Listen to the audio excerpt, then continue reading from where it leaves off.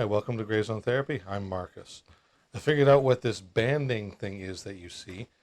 It actually has to do with digital cinematography, and I'm working on acquiring some affordable lights that will not flicker when dimmed, because it's flicker. So it's a technical thing. I'm working on it. You might remember me from such response interruption videos as, wait, one more time, and why do I keep doing this? In this video, I'm going to talk about a coping skill that has a couple of different names, but I call it response interruption.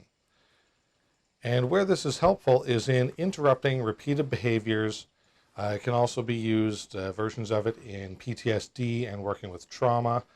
Versions of it are also used with autism spectrum disorder and interrupting that kind of repetitive behavior. But the underlying physiology is simple. The whole idea is whenever you have a repeated behavior, there's also a repeated physiology that happens. When you have repeated difficulties such as anxiety, again, there's a repeated consistent thing that's happening in your body. So response interruption is based on interrupting the physiology that's happening in the body. And the way you do this is relatively simple in concept, although it can be a little bit difficult in times to practice.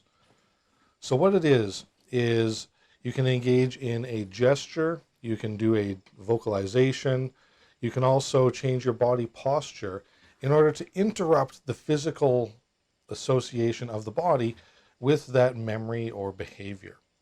So for example, if I'm experiencing heightened anxiety from something in the past, again, physical gesture. I can make a sound, I can do something different, I can readjust my body, I can stand up. What I want to do is I want to break or interrupt my body's association of that behavior or memory with that physical space. So the next time that I'm experiencing anxiety or a traumatic experience or reliving of something, or even a behavior, make a sound. Say something out loud. Hey-o. Look somewhere else. Do a sudden different gesture. Adjust your body posture. I do something different. I'm interrupting the association of the emotional experience with the physical experience. And what that does is that makes it harder and harder for the body to become repetitive with that behavior or that emotional experience. Now remember, I said it's simple in concept, but hard to do in the moment. You might be thinking, well, Marcus, that's not going to fix it. You know, if I am sad, I'm not going to clap my hands and stand up and feel all better.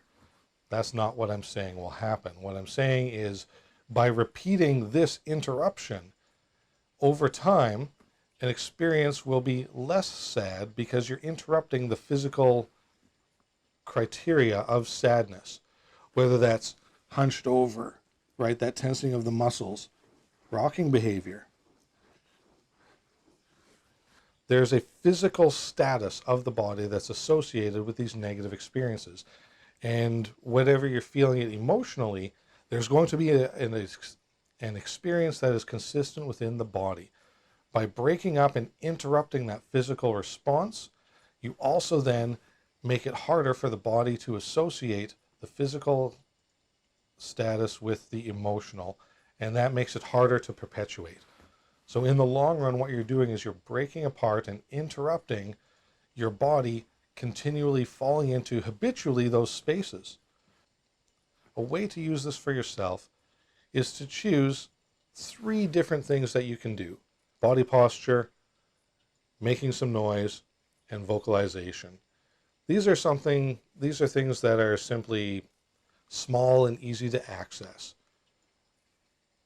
Right? When your body wants to cry, it often wants to hunch over and curl up into a ball, you know, the fetal position. Well, it's going to be harder to cry when you stand up and you walk around, right? I'm changing my body posture. I'm changing what my body is doing because it's no longer hunched over. It makes it a little bit harder to cry because the body is trying to do something that is physically incompatible with crying. The same is true of trauma and anxiety. Certain behaviors physically are incompatible with trauma and anxiety. You might have heard, if you've gone through therapy, for example, to exercise. Well, it is very difficult to cry while running. I'm not saying nobody's ever done it. What I'm saying is that it's very difficult. It's incompatible with exercise. So engaging is something that's incompatible with that response. Making a random sound. That was a bad clap, but that's the example. Making a random sound. I do something that interrupts the body's response. We can also see this in children as a great example. When little babies start to cry, we'll do something to distract them, right? We might blow a little at them. And while that's not aggressive, it sort of startles the baby a little bit, and they try and figure, well, what was that? Or we distract them with a toy, because that stimulus is incompatible with crying.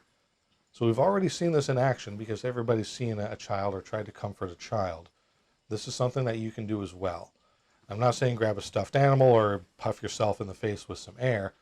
What I'm saying is that you are already aware that the idea of interrupting the stimulus does have an effect of distancing the physical response with the emotional, which makes it harder to perpetuate. So that's it. The coping skill is interrupting a negative response with something that's incompatible. It doesn't even have to be positive per se.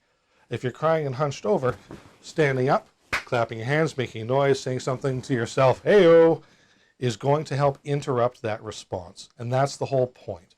It's a long-term learning strategy to help decrease trauma, anxiety, frustration, and negative emotion by interrupting the physical connection of that emotion with the emotional experience. Response interruption. That's it for today. Thank you for watching. Make sure to share, like, and subscribe, and all that stuff. Thank you very much, and we'll see you in the next one.